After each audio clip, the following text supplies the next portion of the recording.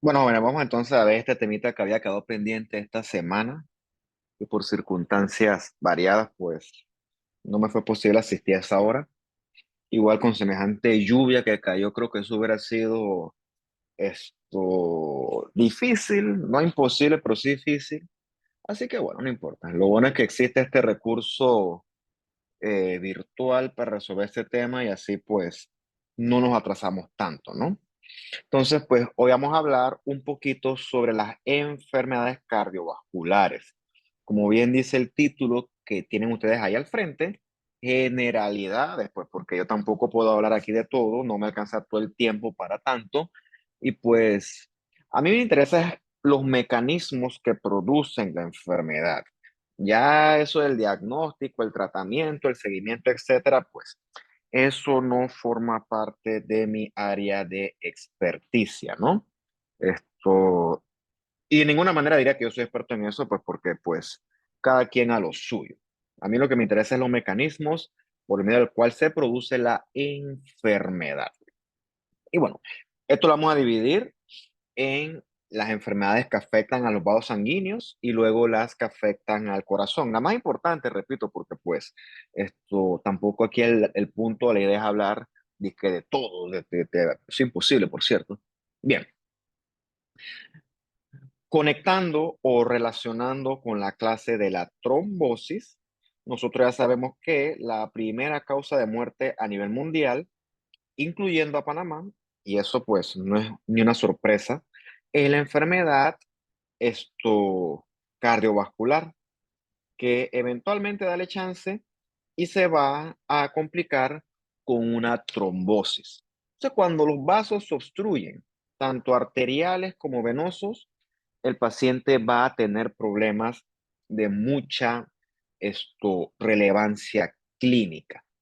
Entonces, ¿por qué? Porque la obstrucción lleva a que el vaso no pueda suministrar su sangre al tejido en cuestión y ya tú sabes bastante bien de los cursos anteriores o de las clases anteriores que cuando le recortas o le obstruyes el aporte sanguíneo a un tejido, el destino eventualmente será la muerte celular por isquemia, que en la gran mayoría de los casos se traduce en necrosis coagulativa. Siendo la gran excepción a esta regla, pues, lo que ocurriría con el cerebro. Eso es yo siempre te he dicho que es una curiosidad de la patología. Entonces, la obstrucción es el problema. La obstrucción es algo bien problemático. Ya que si el vaso se rompa, pues, eso ocurre, pero es mucho más común desde el punto de vista estadístico que el vaso se obstruya.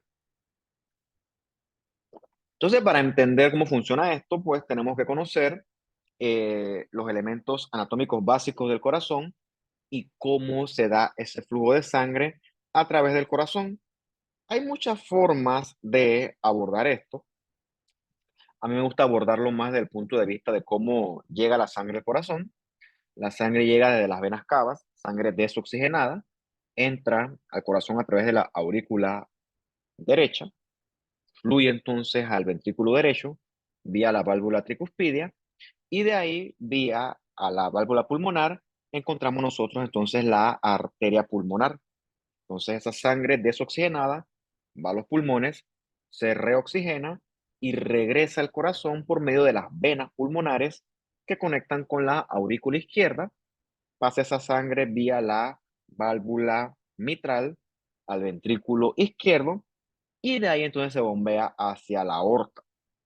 Y entonces esa sangre oxigenada va a los tejidos, suministra oxígeno, glucosa, entre otras cosas, a los tejidos, les retira entonces el dióxido de carbono, es el famoso intercambio gaseoso, y entonces vuelve esa sangre venosa, eventualmente conecta eso con las cavas y regresa eso al corazón.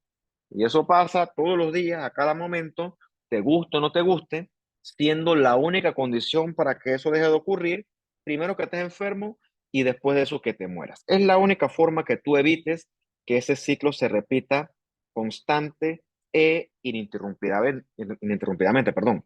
A veces pasa más lento, a veces pasa más rápido. Eso es bastante variable, pero de que pasa, pasa y ocurrirá. Entonces, pues, es importante que tengas este contexto anatómico claro para entender qué tipo de enfermedades van a afectar la contraparte arterial o su homólogo parte venosa, ¿no? También es importante conocer las diferencias que existen entre arterias y venas. En las arterias, porque tienen un componente importante de músculo liso en la túnica media y porque también tienen un componente importante de láminas elásticas, tanto la lámina interna como la lámina externa. En las arterias, el flujo sanguíneo es mucho más violento, es mucho más turbulento, porque las arterias son las que proveen la presión arterial. Por lo tanto, pues ese flujo caótico, violento, a veces turbulento, provoca ciertas enfermedades que en las venas no se ven.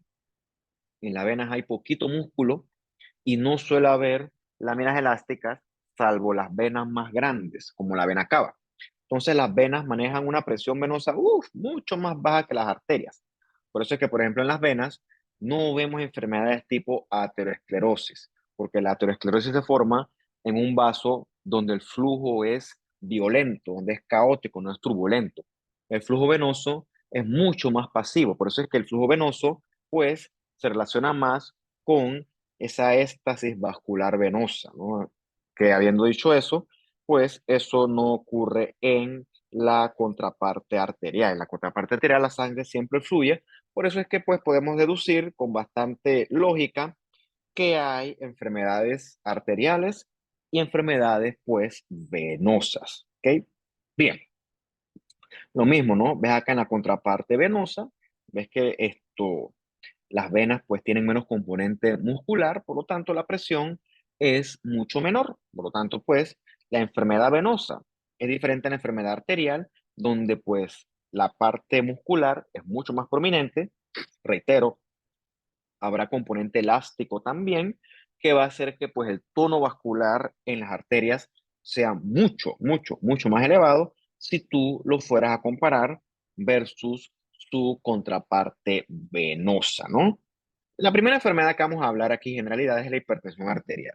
Obviamente eso no es una enfermedad del patólogo, para serles sinceros y sin ningún tipo de vergüenza, yo ni siquiera me acuerdo cómo tomar presión arterial.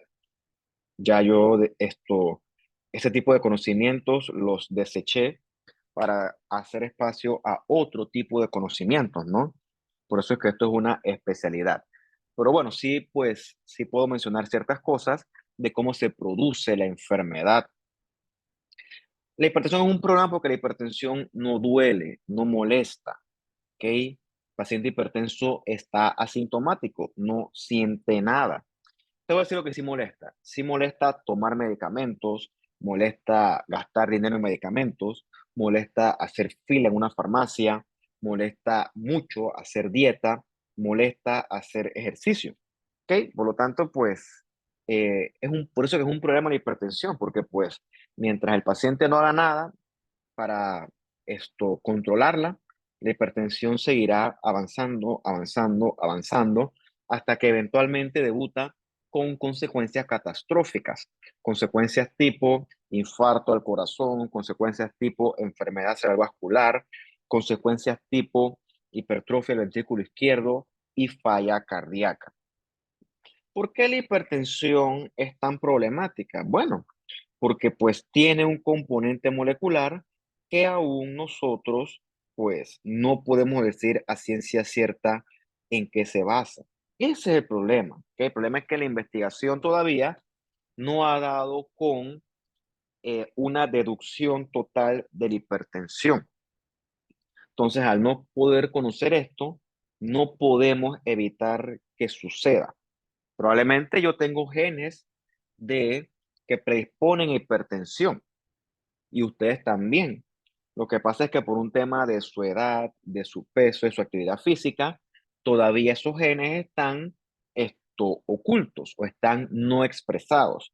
Probablemente si yo agarro y yo subo 100, 150 libras, me tomo la presión hoy, que tengo mi peso hoy, está bien. Quiero creer yo, por cierto. Pero de aquí a un año, 2 años, subo de peso y ¡puf! Estoy hipertenso. ¿Ok? ¿Por qué? Porque ese aumento de peso, que es un factor ambiental, desenmascaró mi base genética y ahora yo debuté con esa hipertensión. El problema es que la base genética ya yo la tenía. Entonces, pues, ¿cómo yo evito eso? Pues eso no se evita. Los genes ya los tienes y los tendrás y punto. Ya, no hay otra forma. Lo que sí puedo modificar es el factor ambiental, ¿no? Eso sí lo puedo modificar yo.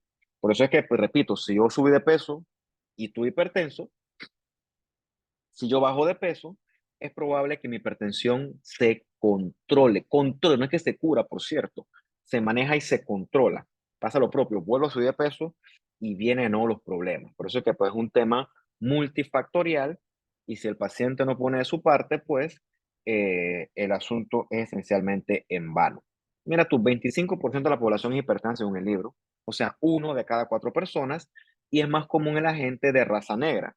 Bueno, no es una cosa racista, es que hay enfermedad de los blancos, de los negros, de los rojos, de los azules, de los verdes. O sea, hay enfermedades propias de cada grupo étnico. Eso está pues bastante bien descrito. El problema de la hipertensión es que pues dale chance y va a debutar con consecuencias catastróficas. Lo bueno de eso es que la hipertensión, si tú la controlas, gran parte de estas cosas se pueden evitar, ¿no? Por lo tanto, pues, por eso cada vez que tú vas a chequearte al médico, que no tiene que estar enfermo, este es mi chequeo anual, es mi control anual de mis enfermedades, pues parte de lo que se hace es evaluar cómo está la presión arterial, porque repito, tú puedes ser hipertenso ahorita y no saberlo. Y qué bueno que se detectó ahorita a tiempo y entonces se puede tomar medidas al respecto antes de que existan consecuencias catastróficas. Como dice acá, la hipertensión suele ser idiopática. Idiopática quiere decir que yo te estudié, quiere decir que te hice muchos exámenes y no encontré una causa. O sea, todas esas causas fueron descartadas. Y simplemente, pues, no sé por qué eres hipertenso, pero lo eres. Eso es lo que quiere decir idiopático. Y solo un porcentaje mínimo es secundario a una causa subyacente, que suelen ser causas que ocurren a nivel renal, como este hiperaldosteronismo. Recuerda, la aldosterona es la que reabsorbe sodio y agua a nivel renal. Si yo produzco mucha aldosterona, yo voy a pasarme reabsorbiendo agua y entonces, pues, lógicamente seré hipertenso. Si me corrige este tema hormonal, pues, puede que mi hipertensión mejore. Lo otro puede ser este feocromocitoma, que es un tumor de la médula adrenal que produce muchas catecolaminas. Entonces, esas catecolaminas, entre otras cosas, pueden aumentar el tono vascular. Entonces, el paciente va a estar taquicárdico, taquipneico, hipertenso, todas esas cosas que tú viste en tu curso de fisiología.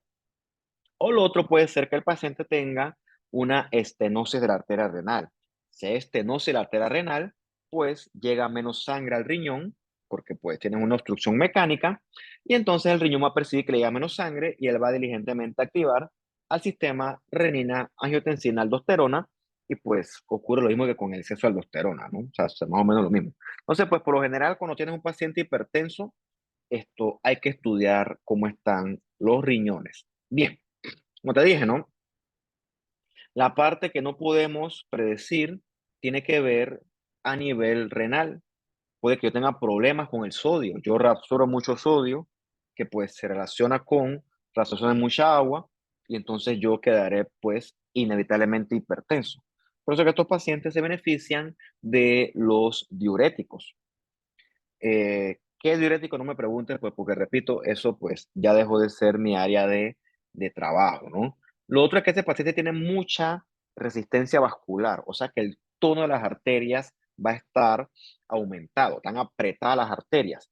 Eso suele deberse a mecanismos tipo neurohormonales, como por ejemplo, yo secreto muchas catecolaminas que hacen que mi tono vascular esté muy aumentado. Por eso que estos pacientes también se benefician de estos medicamentos que reducen el tono vascular. Estas cosas se asocian con factores genéticos. Yo tengo genes que codifican y alteran este tipo de cosas. Eso, repito, no lo puedo evitar. Por eso es que pues ahí sí va a hacer falta el manejo farmacológico. Lo que sí yo puedo modificar son factores ambientales. Controlar mi peso, dejar de fumar, No es que voy a ser un atleta, pero evitar el sedentarismo. Como yo siempre les digo, es que chuzo, yo no entiendo cómo alguien para bajar un piso, ni siquiera subirlo, tiene que coger el elevador. Es una cosa, pues, increíble. Obviamente el estrés se cae su peso, porque cuando yo me estreso, yo produzco mucha catecolamina y ya, pues, sucede lo que te puedes imaginar. Y la sal, ¿por qué la sal es importante? Bueno, no la sal, el exceso de sal. Es aquí, alto consumo. Pues cuando cuando yo consumo sal, eventualmente esa sal llegará a mi sangre. Y cuando hay mucha sal, la sangre se torna hiperosmolar y las cosas hiperosmolares arrastran agua para poder entonces mantener los equilibrios entre compartimientos. Entonces, cuando yo arrastro agua, le echo más agua al compartimento intravascular, lógicamente voy a estar hipertenso.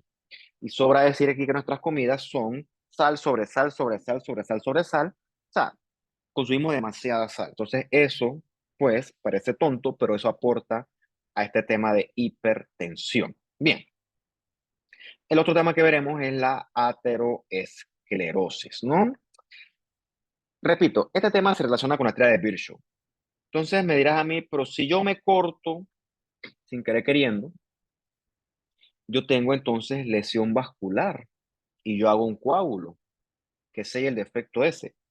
Ese no es trombosis. Bueno, leyendo, discutiendo y analizando, yo creo que pudiéramos modificar la teoría de Virchow y en vez de que sea lesión vascular, deberíamos poner que sea una lesión vascular sostenida. Una lesión vascular sostenida puede que sí nos lleve entonces a una consecuencia de mucha más relevancia. Una lesión vascular sostenida secundaria, algo infeccioso, inmunológico, hemodinámico, eso sí va a hacer que tu pobre vaso, en este caso tu vaso arterial, lleve a cambios que están tratando de adaptarse a esta lesión sostenida. Y parte de esos cambios se relacionan con la formación de la famosa placa de ateroma, que pues vamos a describir cómo se forma en las próximas diapositivas. Esa lesión vascular sostenida va a hacer que se endurezca mucho la arteria. ¿Por qué? Porque frente a la lesión, tú vas a producir mucho material extracelular, mucho músculo liso vascular, la tónica media, la misma pared se va a engrosar y sobra decir que en ese vaso enferma normal, el flujo sanguíneo va a ser turbulento. Lo otro es que comienzas a sintetizar mucha túnica íntima. Entonces, allí es que entonces comienza el inicio de lo que nosotros denominamos como placa de ateroma, frente a una lesión vascular, reitero, sostenida y crónica. Bien, tienes aquí una aorta enferma, una aorta sana. ¿Ves cómo está ahí en esa aorta enferma de un montón de lesiones elevadas? Todas esas son placas de ateroma. Entonces, las placas de ateroma no solamente ocurren en las arterias coronarias, las placas de ateroma también se dan en todas las arterias, incluyendo la aorta. Pero digo, la aorta, ¿por qué no se obstruye? Porque pues la aorta tiene un calibre pues anormalmente excepcional. Pero lo que sí es cierto es que esa nueva túnica íntima que se forma por la proliferación de muchos elementos vasculares. Es una túnica que no es flexible, no es contráctil, es endurecida, está inflamada. Y si la lesión es persistente, que suele serlo, entonces van a crecer más y más y más las placas de ateroma. Entonces, pues eso es lo que nosotros no queremos. La pregunta aquí sería, pero diablos, ¿qué está provocando esa lesión vascular sostenida? ¿Ok? Y la respuesta suele ser el exceso de lípidos en la arteria. ¿Ok? Ese exceso de lípidos son los que constituyen entonces a esa placa de ateroma, que con el tiempo crece más, obstruye más y más y más el lumen vascular y eventualmente se puede romper. Y cuando algo se rompe, algo sangra, y cuando algo sangra, algo produce un coágulo. Y este coágulo que ocurre dentro del vaso es un trombo. Y ya te puedes imaginar las consecuencias que va a tener ese trombo dentro de esa arteria coronaria, que suele ser el infarto al paciente. no solamente en infartos al corazón, puede ser en el cerebro, puede ser en los riñones, puede ser en el mesenterio, en los intestinos, puede ser en los miembros inferiores, en el paciente diabético. O sea, cualquier vaso que tú obstruyas va a provocar isquemia del tejido involucrado. Y esto es un problema, ¿no?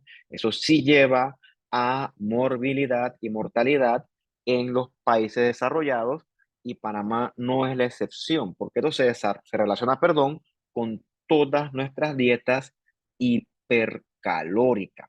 Entonces, en esa placa de ateroma que tú encuentras, muchos lípidos, mucha inflamación que lleva a necrosis y esa inflamación eventualmente lleva a reparación del tejido con depósito de tejido fibroso, que lo que hace es que esa placa cada vez crezca más y más, hasta que eventualmente, pues, se obstruye progresivamente la luz de la pobre arteria involucrada en cuestión.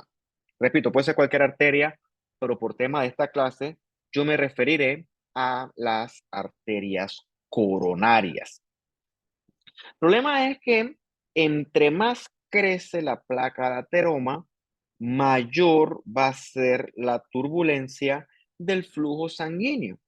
Y entre más turbulento el flujo sanguíneo, más violento va a ser el choque de la sangre arterial contra esa placa de ateroma.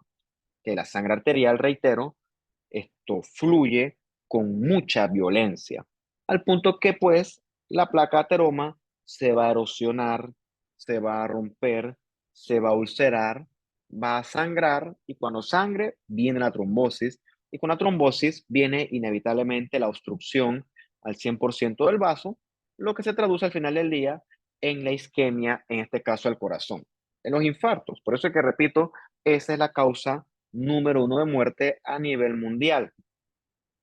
Antes eran las infecciones, una neumonía mataba y arrasaba con la población, una celulitis, una infección de tejidos blandos, una pielonefritis, una meningitis, cosas mortales hace 100 años.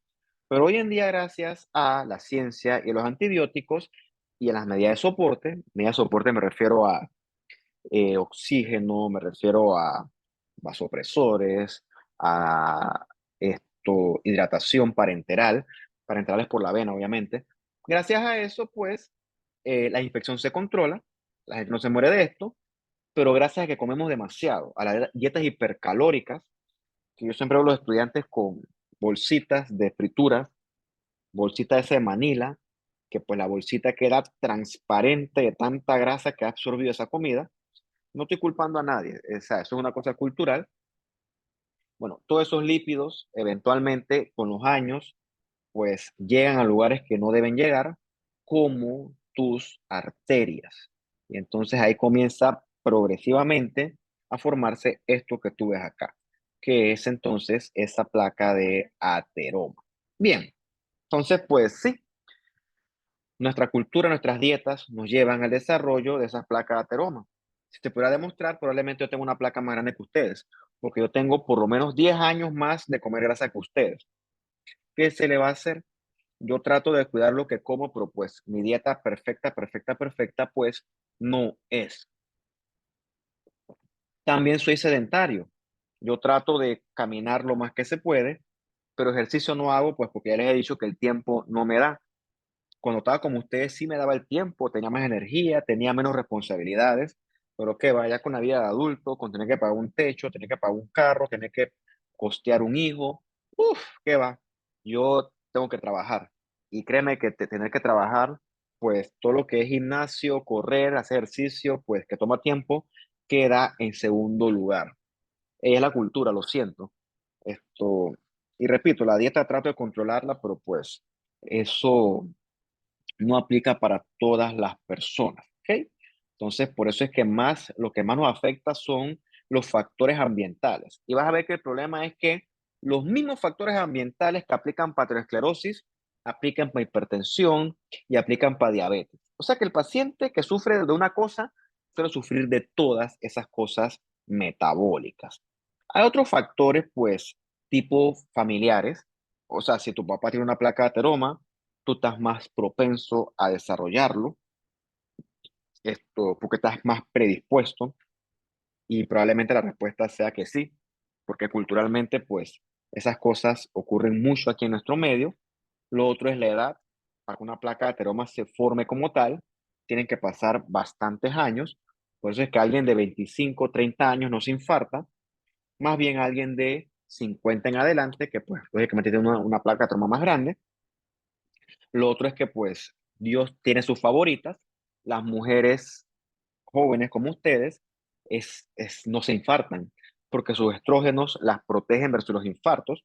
Tiene sentido, ¿no? Porque eso es una forma de garantizar la reproducción, esto, tener hijos, lo que mantiene pues vigente a la especie, ¿no? O sea, Dios, o sea, no Dios, la biología tiene sus favoritos. A los hombres no podemos morir, pero las mujeres pues sí hay que cuidarlas porque las mujeres son las que pues eh, eh, tienen al hijo como tal.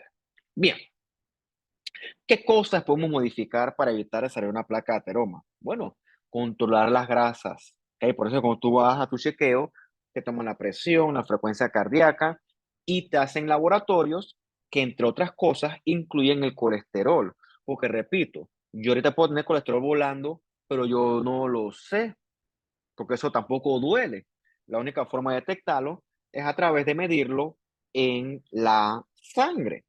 También hay que medir el LDL, que le llaman entre comillas el colesterol malo. Porque ¿qué hace LDL? LDL lleva a el colesterol a sitios que no debe, sitios como las arterias coronarias.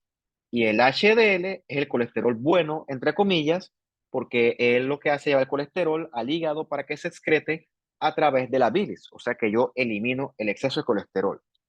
Realmente ninguno es ni bueno ni malo, ¿ok? Solamente que uno almacena colesterol en las arterias, en otros sitios, y otro favorece la excreción de ese colesterol, respectivamente LDL y HDL. Bueno, ¿qué puedo hacer yo? No es que no voy a comer grasa, pero sí lo puedo regular, ¿ok? O sea, a mí me gusta el chicharrón, ponte. Me como chicharrón en una feria, en un lugar así. O sea, pero todos los días, más de una vez al día, como que, cha, no, pues, o sea, todo en exceso es malo. Por lo tanto, aquí la palabra clave sería la moderación. Algo que sí puedes eliminar es la margarina. La margarina, pues, es perjudicial, así que, pues, siempre se recomienda que tú la modifiques por la mantequilla, que, pues, es más beneficiosa. Bueno, menos perjudicial. Bien, lo otro que puedes modificar, un poquito de ejercicio. No tiene que ser tampoco levantar pesas ni correr una maratón. O sea, caminar, aunque sea 10, 15 minutos al día, moderar el consumo de alcohol. No somos santos, no te voy a decir que, no te tomes ni siquiera una Atlas Golden Light. No, tómate, ya, dos, tres. Pero no tienes que tomar una caja entera, por Dios. Y mucho menos todos los días. Controlar la obesidad, tampoco que vas a ser tú un tipo fit con cuadritos, o sea, pero tampoco vas a ser un tipo súper gordo, que pues es perjudicial eso también. Y lo que sí es eliminar el tabaquismo de la dieta, eso sí. Yo sé que hay gente que pues trata de bajar de peso, hacer ejercicio y pues no funciona, eso ocurre. Entonces allí sí entra la terapia farmacológica como una alternativa. Ahí son muy populares las estatinas, como la simvastatina, que pues algunos de ustedes tienen que haber escuchado en algún momento de su vida. La simvastatina, las estatinas, lo que hacen es disminuir la producción hepática de colesterol, ya que inhiben esta H-hidroximetilultrail coenzima A reductasa. Entonces, pues, si los estilos de vida no pueden ser modificados o no funcionan o no resultan, pues sí toca entonces recurrir a terapias con medicamentos. Se puede, ¿no? Se puede. Bien, lo otro es controlar mis otros factores de riesgo. Si yo soy hipertenso, controlar esto. Si yo soy diabético, controlarlo. Porque la diabetes, esto genera enfermedad vascular y eso potencia esa aterosclerosis. Y lo de fumar, pues repito, pues se cae su peso. Fumar sí no se fuma con moderación. Fumar sí es todo o nada. Y en este caso, la recomendación es nada. Bien, esto que ataca es una placa de ateroma bastante elegante. Mira tú cómo quedó la luz de esa arteria. prácticamente reducida a un 25-30%, un cuarto de el lumen original, que es todo esto que está acá. Entonces, pues sobra decir cómo es turbulento el flujo allí. Ves la placa de ateroma, está toda calcificada, todo basofílico son las calcificaciones. Ves cómo pues la inflamación lleva a que eso, esa es una placa vieja, la calcificación es antigua, todo esto son cristales de colesterol, eso está inflamado con macrófagos. Entonces, pues es un problema eso porque pues dale chance a esto y eventualmente esa placa se va a romper y va a sangrar y el paciente se va a infartar. Entonces, ese vaso, entre otras cosas, está inflamado, está endurecido, ¿ok? Entonces, pues, eso es un problema porque pues todo eso lleva a mayor turbulencia y a mayor crecimiento de la placa de ateroma. Otra cosa que se puede controlar son el síndrome metabólico. Ese es el clásico paciente, obesidad central, se refiere al paciente que es barrigón, es pura barriga, que pues, uff, eso es esto, la descripción fenotípica del panameño. Un tipo que es full barriga, full panza. Cuando vas a ver el paciente, hey, ¿cuándo fuiste al médico la última vez? El tipo te dice, uff, bueno, yo fui alguna vez, pero hace tanto tiempo que ni me acuerdo. Le toma la presión, volando la presión, le mide el colesterol, volando, le mides el azúcar, volando, y tú te das como que chuzo. El problema es que estas cosas no duelen, no molestan, ¿ok? Hasta que debutas eventualmente con una consecuencia catastrófica. Todo eso forma parte de ese síndrome metabólico que involucra mayor propensión, no sé si esa palabra existe, mayor riesgo de desarrollar esto, una placa de ateroma como tal. Bien, entonces, pues, con respecto a la arteria que está involucrada, pues la arteria, debido a la lesión endotelial sostenida, se va a inflamar, ¿ok? Y esa inflamación se da porque el paciente comienza a depositar mucha grasa en esa placa de ateroma. Y pues a tus macrófagos no le gusta esa grasa. ¿Ok? Los macrófagos y los linfocitos T van a llegar allá e inflamar esa arteria. Entonces, esa inflamación va a generar un vaso que se endurece.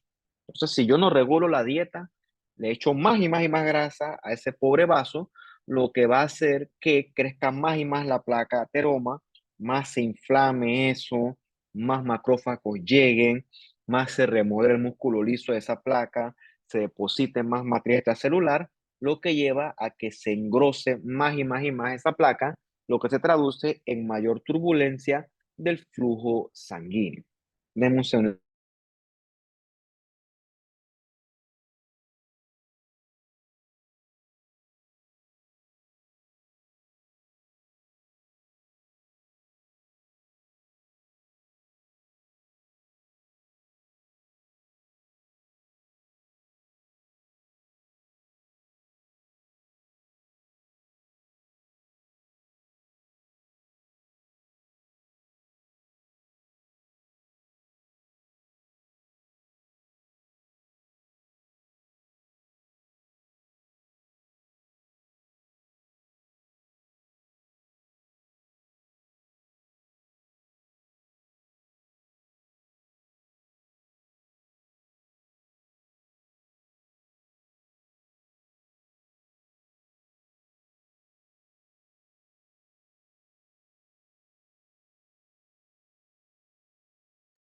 Bien, entonces el problema aquí es que pues esta lesión vascular es sostenida porque pues yo estoy consumiendo grasas y las grasas provocan o estimulan o inducen inflamación en esa arteria coronaria.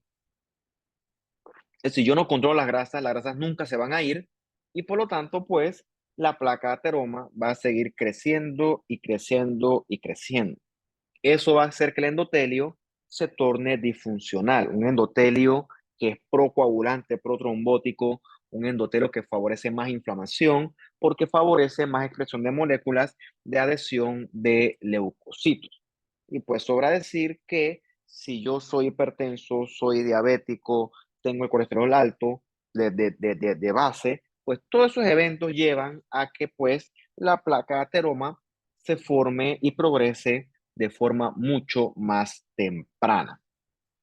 Algo importante es que para que la placa ateroma se forme, tiene que desarrollarse esto en un sitio de flujo sanguíneo turbulento. Por eso es que las placas de ateroma es de los vasos arteriales. Por eso es que tú no ves placas de ateroma a nivel venoso. Es importante hacer esa aclaración.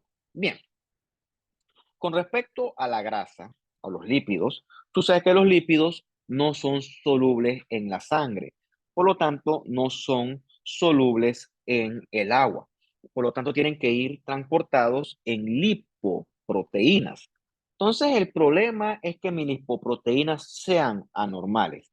En el caso de las dislipoproteínas.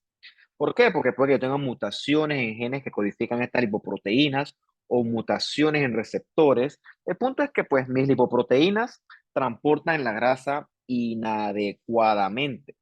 Entonces, pues eso me va a llevar a que yo tenga tendencia a tener un LDL aumentado y un HDL disminuido, ¿no? Entonces, eso va a ser un problema, pues, que yo tengo de base, en el cual yo transporto los lípidos inadecuadamente secundarios a estas dislipoproteínas.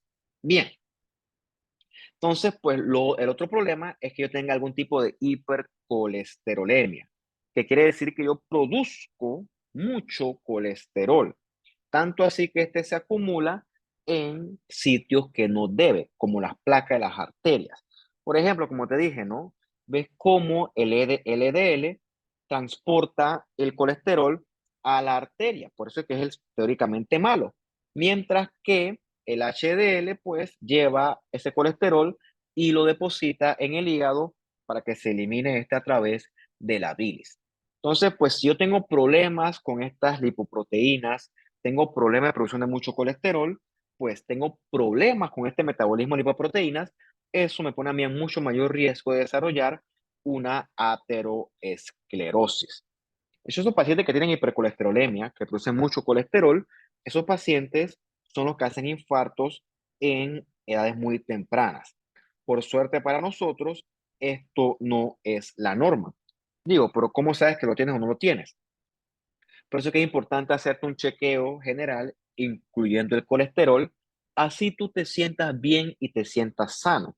Porque de esa manera podemos decir, ah, mira, tiene el colesterol un poco alto, esto, estás a tiempo de modificar esos hábitos, no vaya a ser que tú desarrolles con el tiempo una consecuencia, pues, de consideración. Bien, en ese sentido tenemos que la placa de ateroma se puede controlar controlando el colesterol y con ciertos medicamentos, ¿no? El problema es que si yo tengo mucho colesterol, por definición, eso eventualmente lleva a producción de muchos radicales libres, mucha inflamación en el endotelio y también se pierde la acción vasodilatadora del óxido nítrico.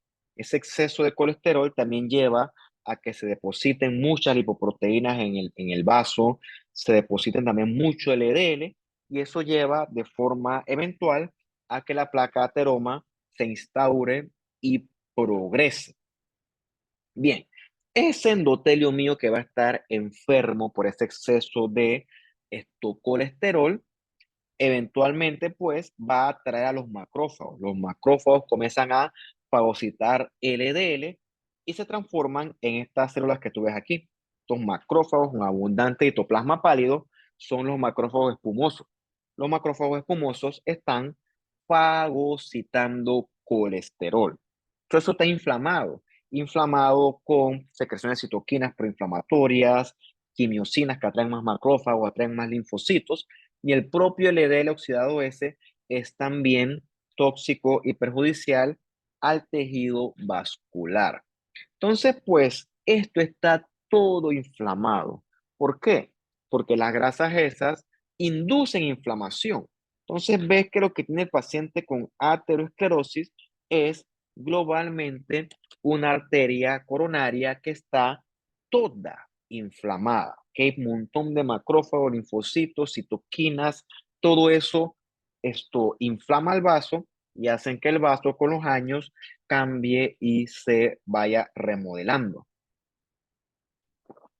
hasta que con el tiempo ocurre algo así. Mira tú cómo está la luz de esta arteria, flaquita, disminuida.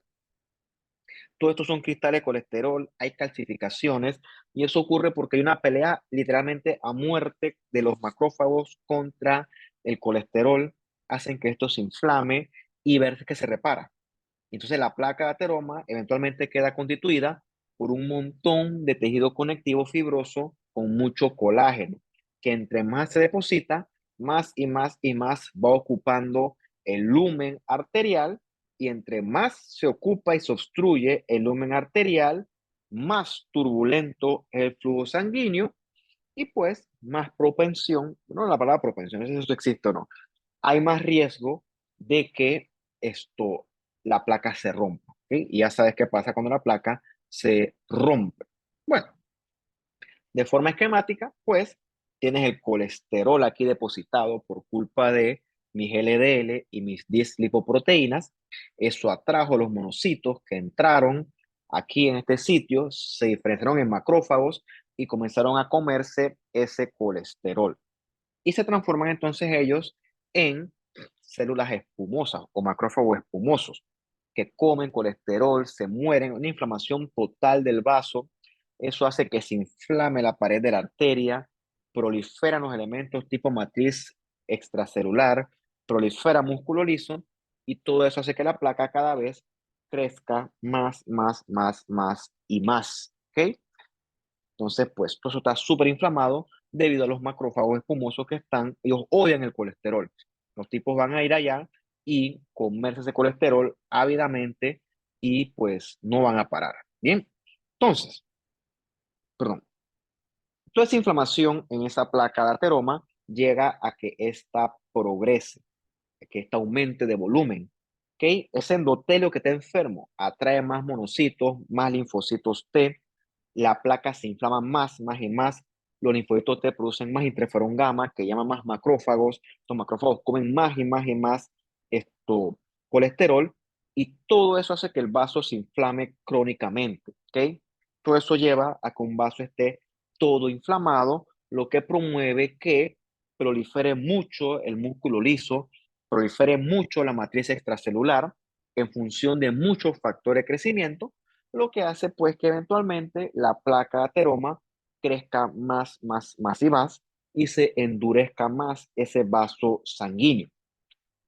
Eventualmente se produce mucho colágeno, que fue lo que viste antes, que es lo que hace que la placa sea más voluminosa y vaya poco a poco destruyendo más, no, destruyendo, no, obstruyendo el lumen vascular.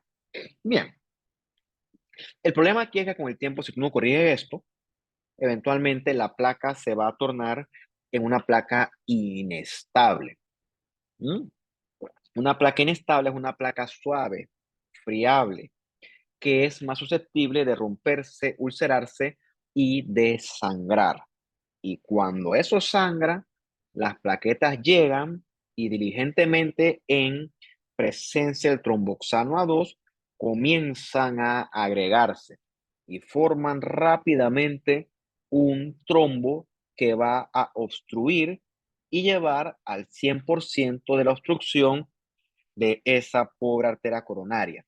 Y entonces, en ese momento, es que el paciente inevitablemente se va a infartar. Por eso es que ese paciente se beneficia de la aspirina infantil, que es la que inhibe al tromboxano A2 y evita que el trombo ocurra súbitamente. Puede ver aquí con facilidad que realmente, pues, la cardioaspirina no le hace nada a la placa, no. Lo que hace la cardioaspirina es evitar que se dé el trombo como tal, ¿no? Bien, con respecto a la aterosclerosis, ocurren cambios patológicos en el vaso. Eh, estos estrías de grasa, en inglés de que fatty streaks, son cambios que ocurren en la arteria propio del envejecimiento. O sea, normalmente se acumulan grasas porque pues las grasas son parte de la dieta. Sin querer que no se acumulan, pues, y lo bueno es que pues esto no va a causar ningún tipo de consecuencia. Ves que ocurre a partir de los 10 años y pues no tiene mayor, es independiente de la dieta. Ya con los años, si tú tienes una dieta con mucha grasa o produces mucha grasa, sí se van a formar las placas de ateroma, que son lesiones elevadas, amarillas, de puros lípidos que provocan inflamación. Cuando se trombosan, tú si ves que aquí pues vas a tener manchas rojizas de sangre que está allí atrapada. Si viéramos esto en microscopio, tú vas a ver que aquí hay mucha inflamación, mucho macrófago espumoso, mucho músculo liso, mucho tejido conectivo y también muchos lípidos tipo colesterol.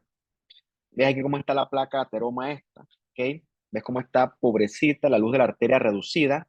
Y ves cómo está reemplazado todo esto por, sobre todo, tejido fibroso. Porque aquí llegó esto, se inflamó, los macrófagos murieron, esa inflamación llevó a reparación eventualmente. Y pues es de tanto tiempo esto que inclusive la placa pues de ateroma se calcifica. Todo esto lleva a mayor riesgo de trombosis porque entre más grande la placa de ateroma, mayor turbulencia habrá de el flujo sanguíneo.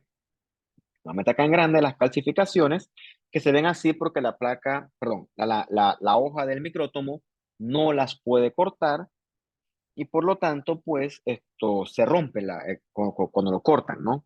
Eso es normal cuando el tejido es muy duro. Nuevamente por acá, de los macrófagos espumosos y por acá los cristales de colesterol que se forman producto de esa batalla a muerte de macrófago contra el colesterol. Bien, el problema con la aterosclerosis, como ya lo debes haber deducido, es que eso va a obstruir un vaso sanguíneo.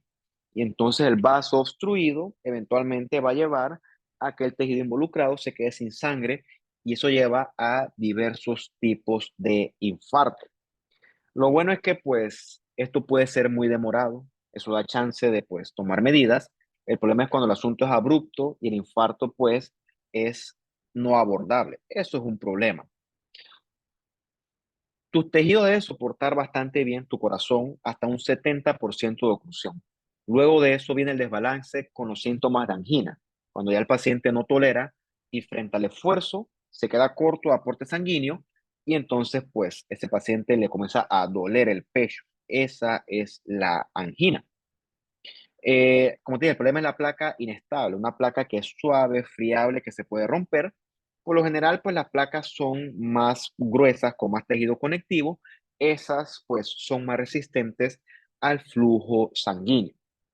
Digo, no es que esto sea bueno, ¿ok? Queremos evitar cualquiera de las dos, pero entre las dos, la más peligrosa es la placa vulnerable.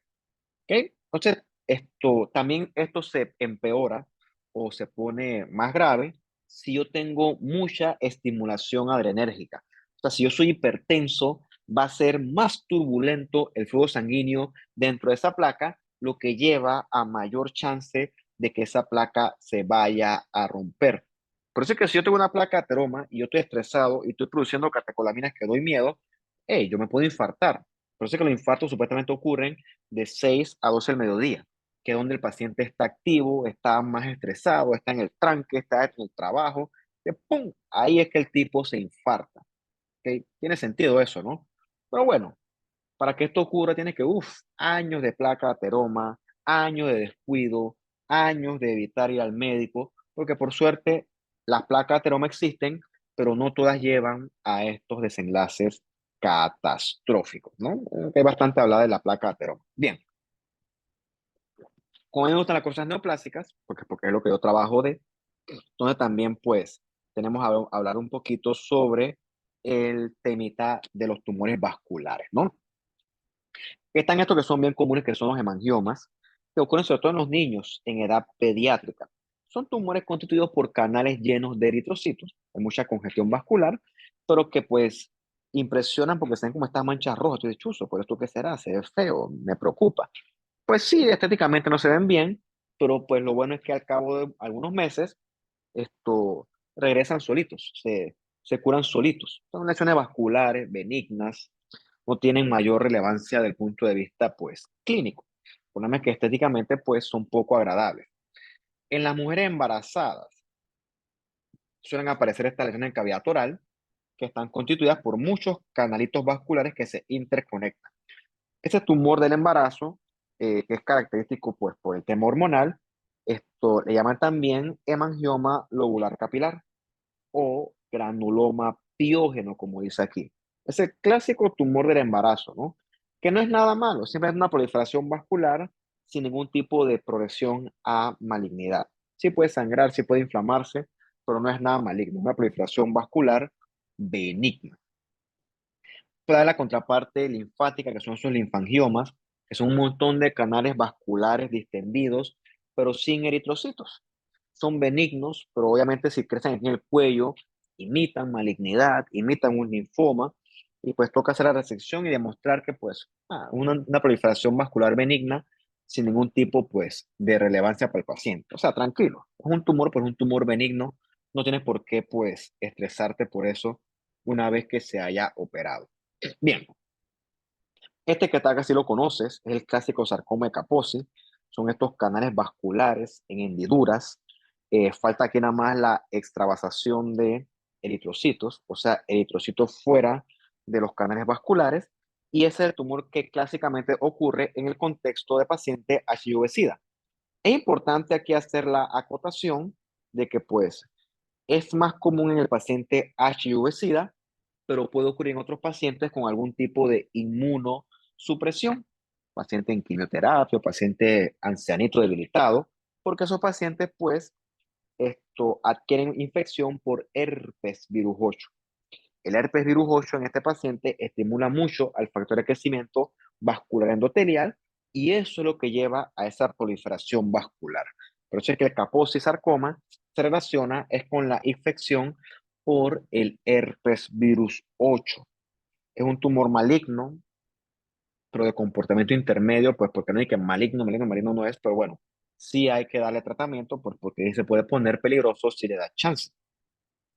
Y este último que sí es peligroso es el angiosarcoma, tumor definitivamente maligno, células malignas, a veces forman canales vasculares, a veces no, por lo tanto el diagnóstico sí requiere de inmunistoquímica, de que hacen necrosis, se extienden, hacen metástasis. El angiosarcoma es el tumor vascular más maligno de todos. Mira lo que dice aquí, 5 años solo el 30% sobrevive. O sea que si un paciente lo diagnosticas hoy, de aquí a 5 años, ese total, solo 30% estarán con vida. Es un tumor peligroso, un tumor agresivo y súper maligno, ¿no? Entonces, pues, este sí hay que tenerle más cuidado, muy mal pronóstico. Bien, más una pausa y vamos a seguir entonces con la enfermedad del corazón.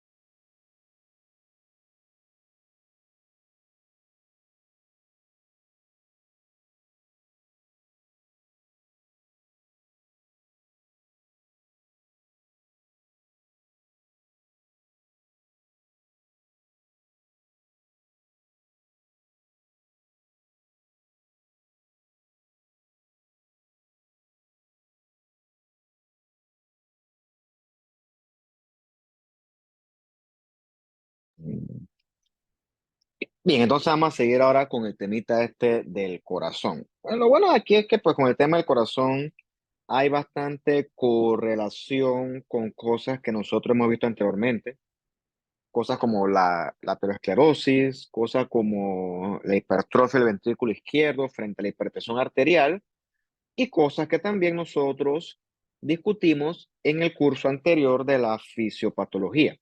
Entonces, pues, eso es lo bueno, ¿no? Que al final del día, pues, los cursos tienen bastante correlación entre sí. Ciertamente el corazón, te guste o no te guste, va a latir, va a trabajar, late un montón de veces al día y cada vez que late, bombea y recibe sangre. Y eso el corazón lo hace, te guste o no te guste. ¿Ok? La condición para que eso deje de ocurrir es que tú te mueras. Pero mientras estés vivo, el corazón late y seguirá latiendo. Y bueno, por el tema que vimos anteriormente, la aterosclerosis y compañía, el corazón, pues es un órgano que sufre mucho, pues, y se va a morir, ¿no? O sea, el corazón sufre mucha isquemia, es poco tolerante, y por eso es que repito, ¿no? Lamentablemente, así es como es importante, el corazón también es la causa número uno de muerte a nivel mundial. Yo siempre pongo esta imagen de acá, bueno, no esta imagen, pues, imágenes como esta, porque pues cuando tú te metes en internet y en las páginas estas que en tiempos modernos le llaman virales, no sé quién se inventa ese tipo de nomenclaturas, porque aparentemente el que es dueño de la página viral es dueño de la verdad. Y si el de la página viral te dice a ti que el cielo es rojo y que el agua quema, brother, eso prácticamente se volvió verdad. Entonces, pues yo lamento que estamos como en los tiempos de ignorancia, donde actualmente el ignorante es pero como una página viral es el que manda. Entonces he visto que mucha gente te dice que un corazón con grasa es un corazón malo, es un corazón enfermo. Y en verdad eso no tiene fundamento patológico. O sea, la grasa que rodea externamente al corazón es parte normal de la anatomía del corazón. Esa es la grasa del epicardio, que es importante para que junto con el líquido pericárdico se encargue de amortiguar los latidos y protejan a el corazón. Porque aquí ha habido como una cultura de que la grasa es lo único que es malo y todo lo otro es bueno. Ahí también pues sale bien librada el azúcar, cuando el azúcar en exceso es mucho, mucho más perjudicial que la grasa. Ya tú sabes de clases anteriores que un corazón enfermo no es un corazón grasoso. Un corazón enfermo es un corazón es con un exceso de músculo. ¿Ah? Es un corazón hipertrófico. Ese sí es un corazón de un paciente obeso, hipertenso, diabético. Es un corazón grande, aumentado de tamaño. O sea, cuando te quieren predicar a ti cosas que no son, casi digo una palabra inadecuada, esto, por eso es que hay que estudiar, porque si no estudias, pues llega cualquier bullshitero y te mete cualquier cuento, y porque tiene muchos seguidores, muchos followers, entonces tú caes y pues quedas siendo parte del montón que se deja llevar por imágenes modificadas o manipuladas. Eso está mal. Bien, como te dije, el corazón es una bomba. No voy a recapitular los elementos del corazón porque creo que lo dije ya en la primera parte de la clase. Entonces, pues, esa bomba puede fallar, ya sea fallar al momento de latir o fallar al momento de llenarse de sangre. Lo otro que puede ocurrir es que exista algún tipo de valvulopatía que evita que la sangre fluya adecuadamente en el corazón o que esas mismas válvulas no se cierren adecuadamente y permitan la regurgitación de sangre.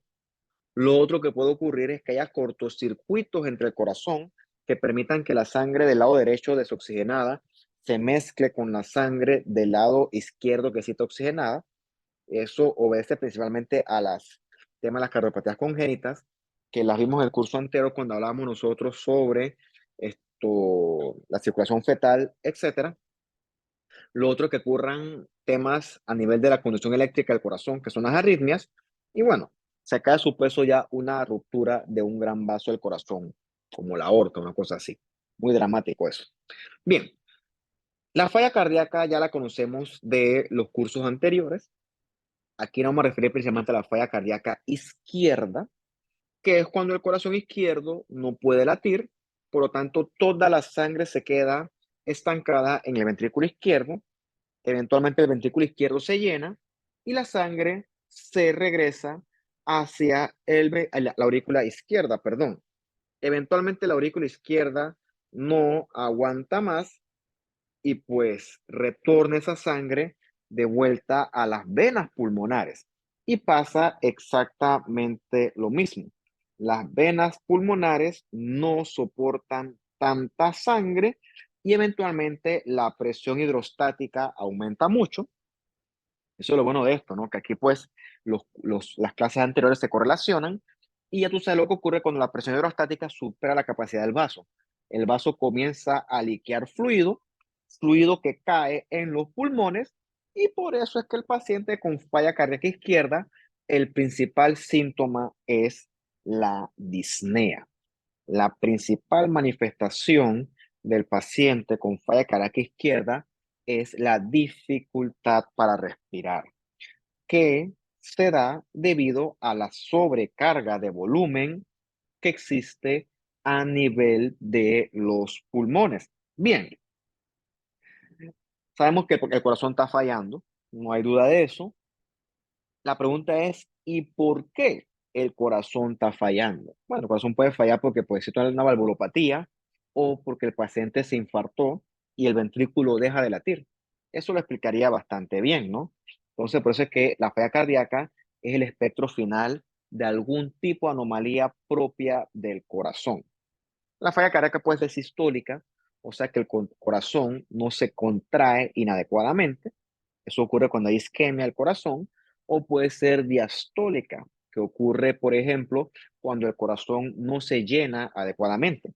Siendo el mejor ejemplo la falla diastólica, un corazón hipertrófico, súper engrosado, que está tan grueso, tan prominente, que se reduce la cavidad del ventrículo izquierdo, y si esa cavidad está reducida, no se va a llenar. Por lo tanto, el llenado es inadecuado y la disfunción es de tipo diastólica. Bien, el corazón no puede bombear sangre y secundario a eso, el corazón se desespera y esa desesperación lleva a que el corazón quiera latir con más fuerza, quiera manejar, trabajar a mayores presiones.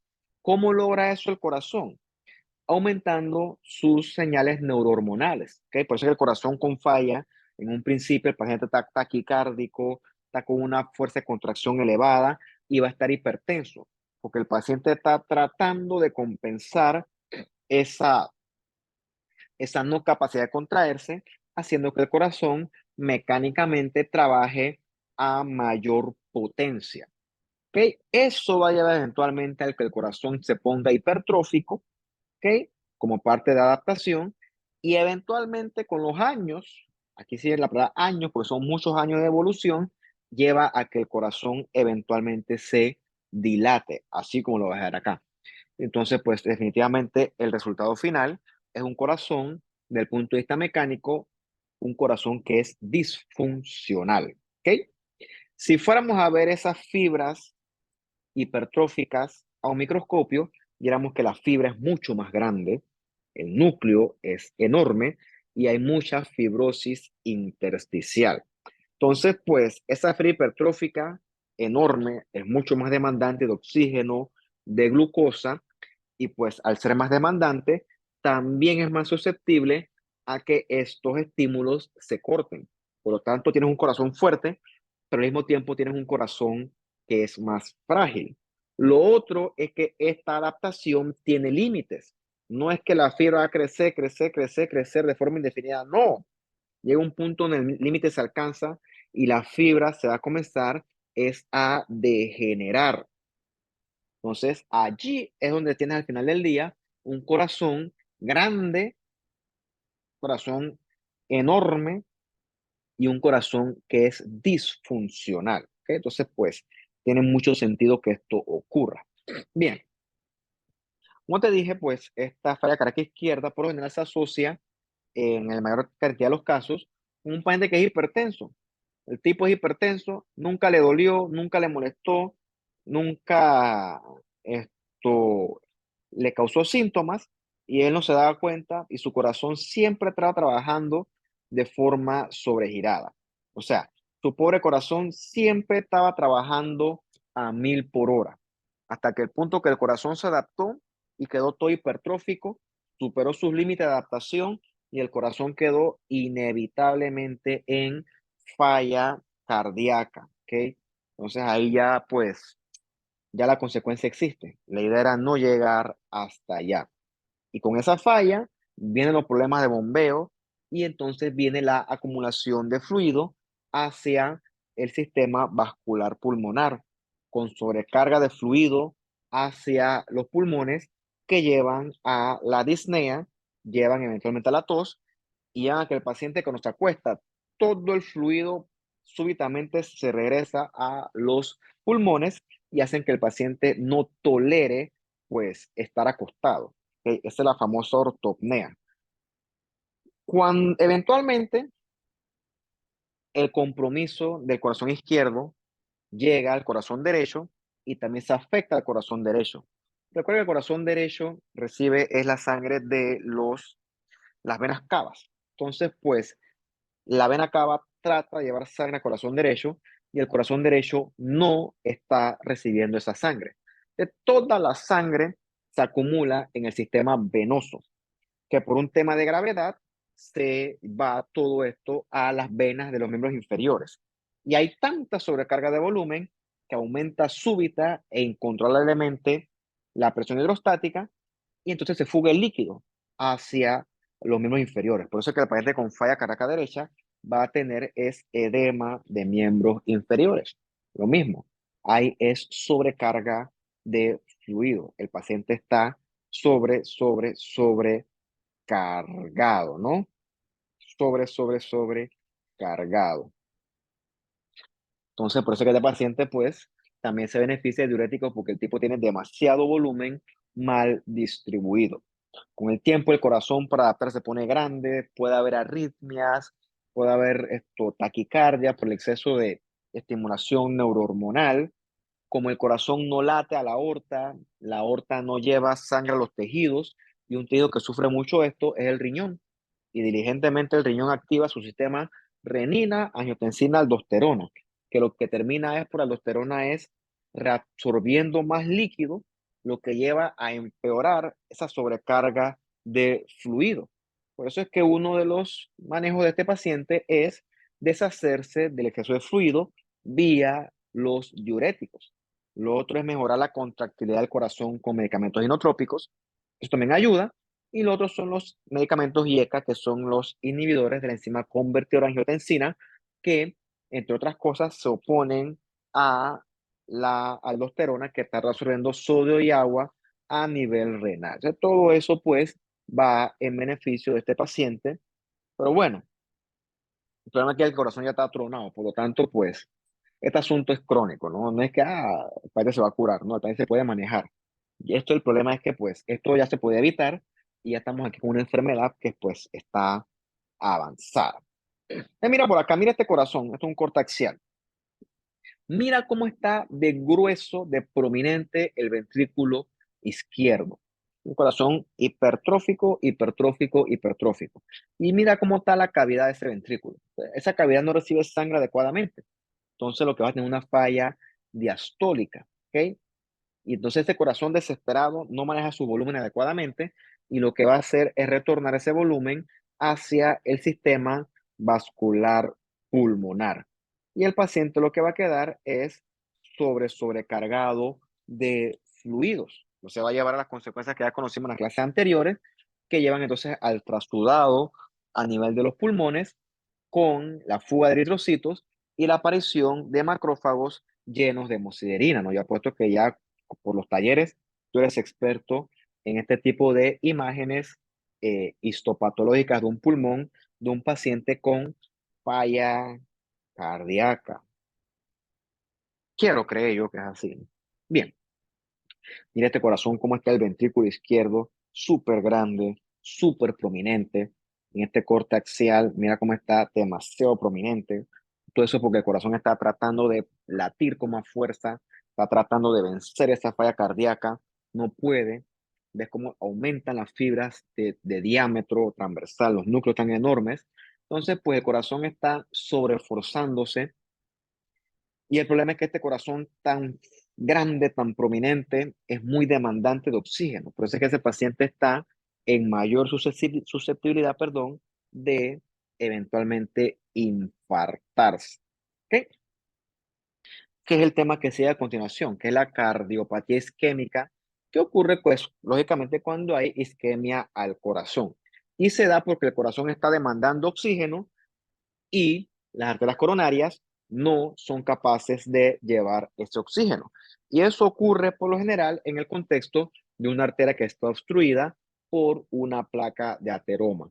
Si esto no se corrige, eventualmente el corazón no va a resistir más y es inevitable que sufra isquemia, que se traduce en el famoso infarto al miocardio. Bueno, famoso no, infame. Bien, esta estadística es del libro. No conozco la estadística de Panamá. Sería bueno investigarla. Bueno, no será ahorita, será en otra ocasión. Pero lo que sí sigue aplicando es que de todos los infartados, la mitad lamentablemente va a morirse. Es un problema, ¿no? Porque de los que quedan vivos, la mitad o más volverán a infartarse.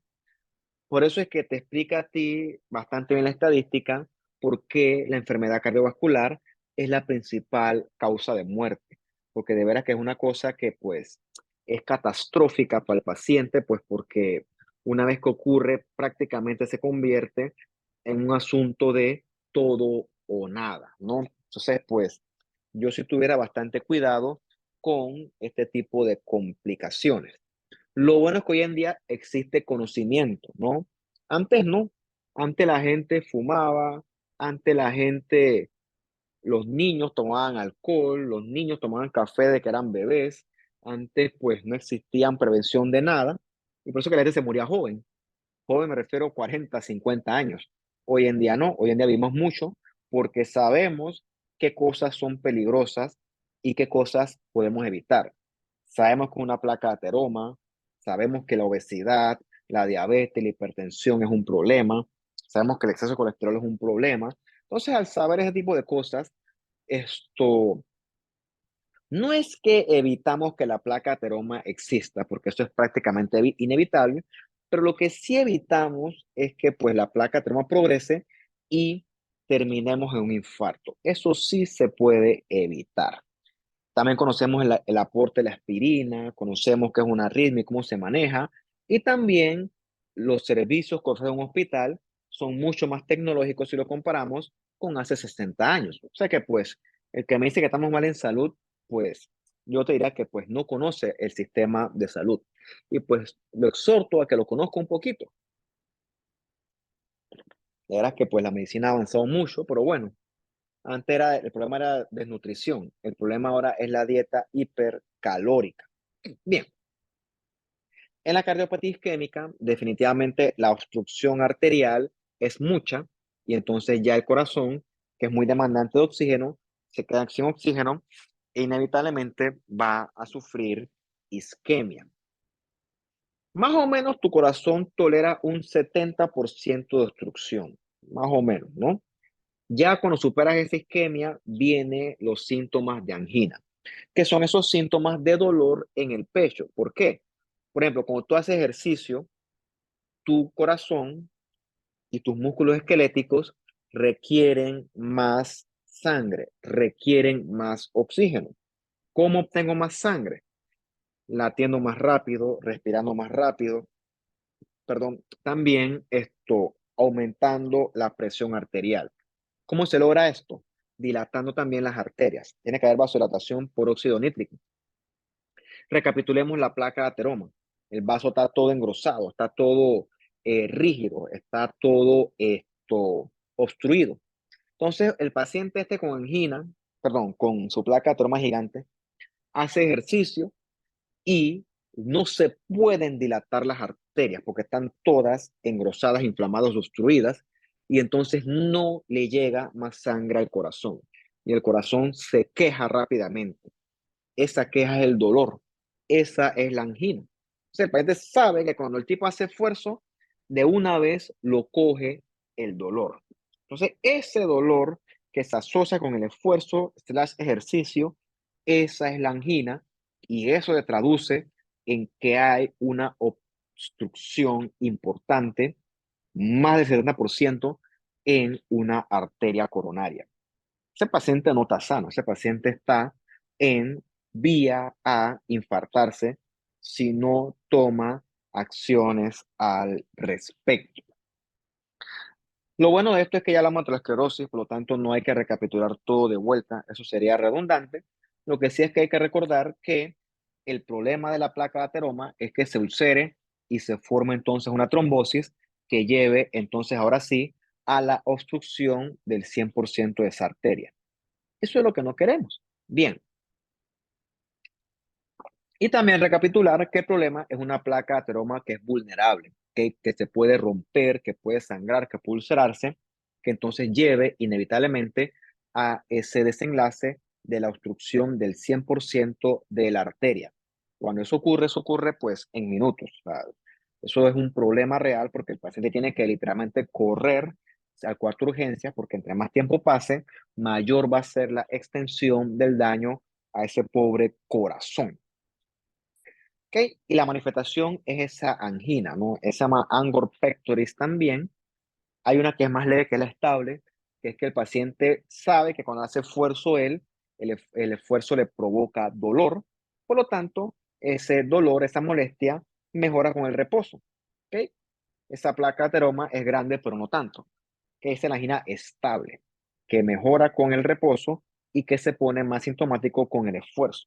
El problema es la angina inestable. ¿Ok? Ese paciente es el que tiene dolor en reposo. El paciente está a punto de infartarse. ¿Cuál es la diferencia entre angina estable y un infarto como tal? Es que todavía en la angina no hay evidencia de isquemia, pero tranquilo, vas para allá. Bueno, tú no, el paciente. Bien, dale chance y eso va a evolucionar a un infarto como tal, ¿no? Que es que ahora sí hay evidencia de necrosis por isquemia. Ya sabemos que esa isquemia es, pues, de tipo, pero esa necrosis de tipo coagulativa. Sobra decir que la primera causa de esto es una placa de ateroma y que, pues, tiene una placa de ateroma grande. Por lo tanto, eso ocurre es en personas ya mayores, esto, tipo 60, 65 años, ¿no? Entonces, esto ya lo mencionamos, que esto se relaciona con una trombosis que nació de una placa de ateroma que se rompió y sangró, ¿no? Entonces, de ahí viene entonces el problema, que pues, por eso es que el paciente se beneficia de su aspirina infantil. Entonces, pues, en ese infarto, pues la placa se rompió, hubo mucha alteración del flujo sanguíneo arterial. Ves como aquí el flujo es turbulento, rompe la placa sangra y se forma entonces el trombo que obstruye el 100% de esa arteria y el resultado inevitable, lamentablemente aquí sí será el infarto del corazón con evidencia de isquemia. Recuerda que el corazón, la fibra individual, es muy demandante de oxígeno. Le quitas el oxígeno a esa fibra y automáticamente cesa el metabolismo aeróbico, se acaba la fosforilación oxidativa y súbitamente deja de producir ATP. Sin ATP la fibra no se contrae y en minutos el corazón deja de latir. Por eso es que va a haber síntomas tipo falla cardíaca, porque el corazón no late y entonces lo que va a haber es acumulación de fluidos en ese paciente, un síntoma de falla cardíaca. Ya a la media hora, 40 minutos, sí va a haber evidencia de necrosis coagulativa. Ya ahí sí hay problemas, pero bueno, puede que si corrige la obstrucción, esto pues el daño se controle. El problema es cuando el infarto ataca algún centro de conducción eléctrica. Entonces puede haber una arritmia tipo fibrilación ventricular que sí es mortal y eso sí va a llevar entonces a muerte súbita. La zona que es más susceptible al infarto es esta zona subendocardio, porque es la zona que recibe menos sangre del corazón. Luego cuando la fibra se muere, hay edema, hay inflamación, hay neutrófilos, el corazón pues se torna inevitablemente disfuncional y si no haces nada, el infarto va a ser transmural, o sea que va a afectar a todas las capas del corazón. Eso es muy problemático, sobra decir eso. La arteria que se ve más afectada es la coronaria descendente anterior izquierda. Esa, cuando se obstruye, es la que provoca infarto de la pared anterior del ventrículo izquierdo. ¿Ok? O sea, es bien problemática. Entonces, obviamente, el desenlace va a variar dependiendo de qué tan rápido se obstruyó la arteria, qué zona irrigaba, si habían o no colaterales. Eso va a variar de paciente en paciente. Ciertamente, pues tienes este corazón que está súper infartado, infartos recientes, que si ves al microscopio, la apariencia de ser necrosis de tipo coagulativa. Tienes acá infartos subagudos, que la apariencia es de tejido de granulación. Y tienes infartos ya antiguos, que están ya reparados, donde la reparación es el reemplazo por una cicatriz de tejido conectivo fibroso. Bien, cuando el paciente se infarta a las 12 horas, pues macroscópicamente no vamos a ver mucho. Lo más que puedes ver es atrapamiento de sangre, pero en el microscopio sí hay evidencia de necrosis coagulativa de estas fibras.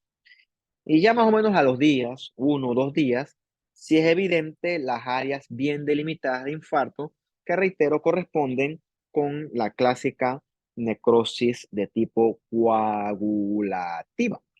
Luego de eso, tú sabes que esa necrosis pues provoca inflamación, llegan los macrófagos, se comen todo eso y entonces ese espacio va a ser reemplazado por tejido de granulación. Y bueno, si todo sale bien, bueno, bien entre comillas porque pues ya ocurrió el infarto, si todo sale sin complicaciones, eventualmente ese tejido de granulación va a ser reemplazado por una cicatriz de tejido conectivo fibroso. Esto acá para que veas, pues, las fibras cardíacas, vamos a hacerle zoom, que están vacías, las ves, pero se mantiene el contorno de la célula. ¿Ok? Esa es la clásica necrosis coagulativa que ves que en el fondo atrae mucha inflamación. En un principio, inflamación aguda con neutrófilos. Y por acá en esta, que pues es un poco mejor, un poco no tanto, con una tensión de Masón, ves ese montón de tejido azul, que es tejido conectivo. Eso es propio de una cicatriz que está ocurriendo a nivel del corazón. Bueno, desde el punto de vista clínico, cuando hay un infarto, es un dolor de muerte. El paciente tiene un dolor que se extiende al brazo, a la mandíbula, a la espalda. No mejora con el reposo. El paciente está sudoroso, está asustado, está ansioso, tiene náuseas, está sobrecargado de volumen a nivel pulmonar porque hay síntomas de falla cardíaca. Y bueno, es un dolor que no es que no, el paciente sabe que algo está pasando, ¿ok? Yo creo que pues eso es más que suficiente para considerar ir a un cuarto de urgencia, me parece a mí. Interesante es que en los pacientes diabéticos, por el tema de su neuropatía de base, esos pacientes te hacen un infarto que no duele, llaman infarto silente, y por eso es que pues es una causa importante de muerte en el paciente diabético, esos infartos entre comillas asintomáticos. Bueno, gracias a los cuartos de urgencias y a las terapias modernas, pues puede que muchos pacientes de estos se salven en comparación con hace 20, 30, 40 años. Perdón, no puede. Muchos pacientes se salvan si lo comparas versus esos tiempos anteriores. Claro, no es que el paciente quede a 0 kilómetros. El paciente puede quedar con disfunción del miocardio, con síntomas de falla cardíaca, con alguna arritmia. Esto, digo, ¿no? No queremos que eso pase, pero pues hay cosas que no se pueden evitar. Recordemos que esto no ocurrió de un día para otro, por lo tanto las consecuencias pues son esperadas. Inevitablemente, pues, si el corazón se infarta y el infarto es transmural, esa necrosis es muy débil y el propio latido del corazón rompe esa pared y se forma esto que está acá, que es una ruptura del ventrículo. Eso es mortal, por cierto, es el hueco ese orificio es una ruptura del ventrículo, se puede romper también los músculos papilares, se pueden formar trombos intramurales. Todas son consecuencias indeseadas o no deseadas de un infarto. Bueno, eso con respecto al infarto, ¿no? A tocar aquí 2 minutos y así.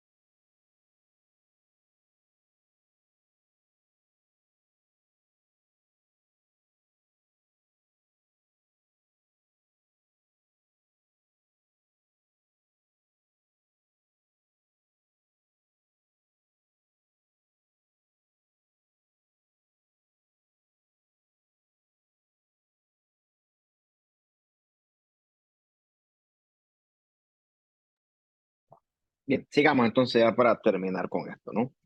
El asunto se ha extendido más de lo que yo pensé. Pensé que esto lo hacen una hora máximo. Y la verdad que esta clase está heavy. Y eso que es una versión reducida de lo que debería ser. Pero bueno, ya comencé, así que pues toca terminar. Bien, ya conocimos nosotros en la clase de la adaptación celular que cuando el corazón lucha contra una aorta hipertensa, el corazón debe forzarse más.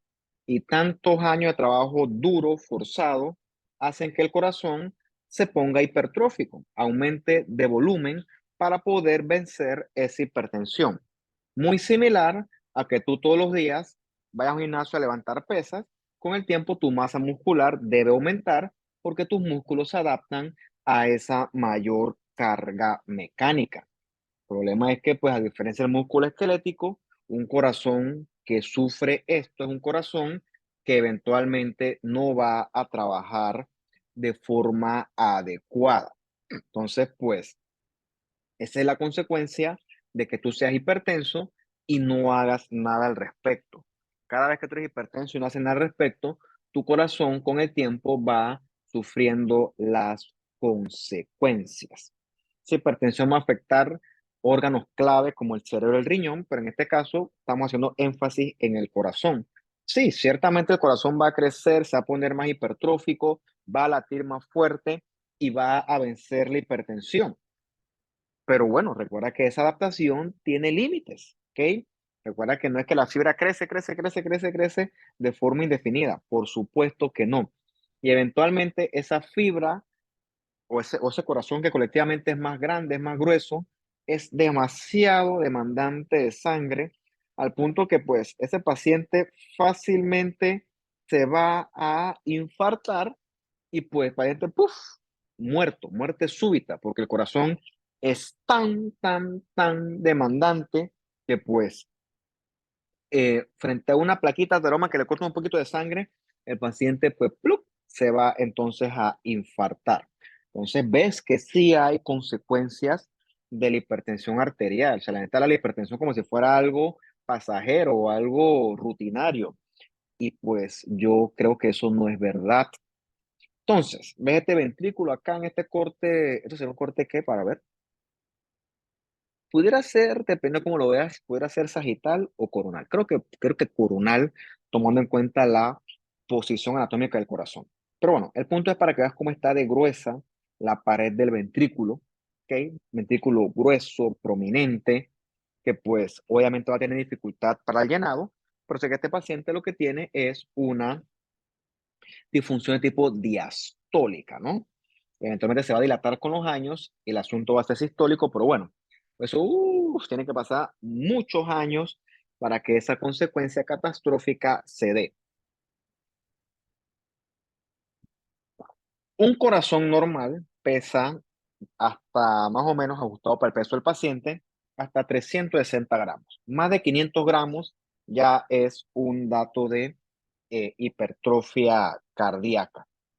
También llaman eso cardiomegalia, con un corazón aumentado de tamaño y el ventrículo, el grosor, más de 2 centímetros, eso es evidencia antropométrica de hipertrofia del ventrículo izquierdo.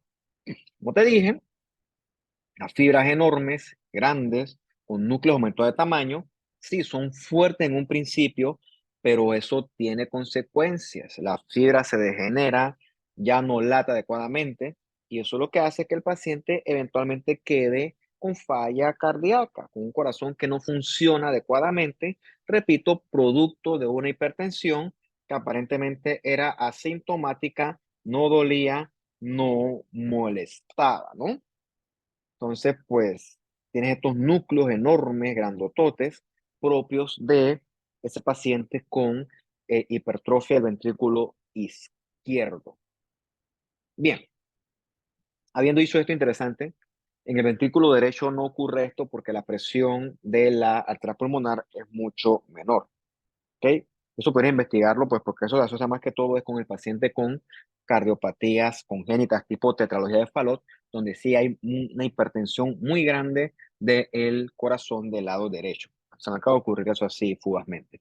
Bien, Otra enfermedad que es curiosa del corazón, que es infecciosa, saliendo del tema este mecánico tipo hipertensión, placa, ateroma, infarto, es la endocarditis, que es cuando se forman estas lesiones en las válvulas cardíacas tipo vegetación, que esta vegetación está constituida de debris inflamatorio, neutrófilos, necrosis y muchos microbios.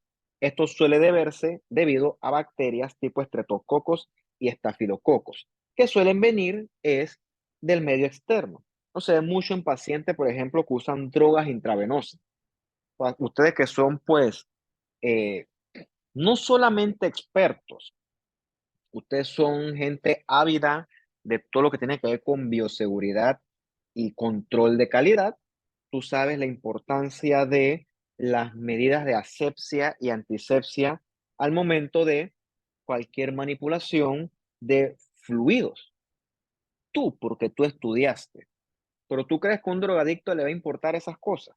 Un drogadicto usa agujas viejas, sucias, contaminadas, cochinas, etcétera.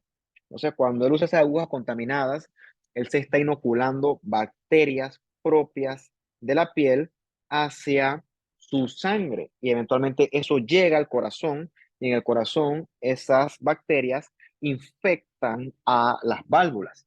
En este caso, las válvulas del lado derecho llaman la tricuspidia o la pulmonar, porque son las que conectan con el sistema venoso eventualmente, ¿no?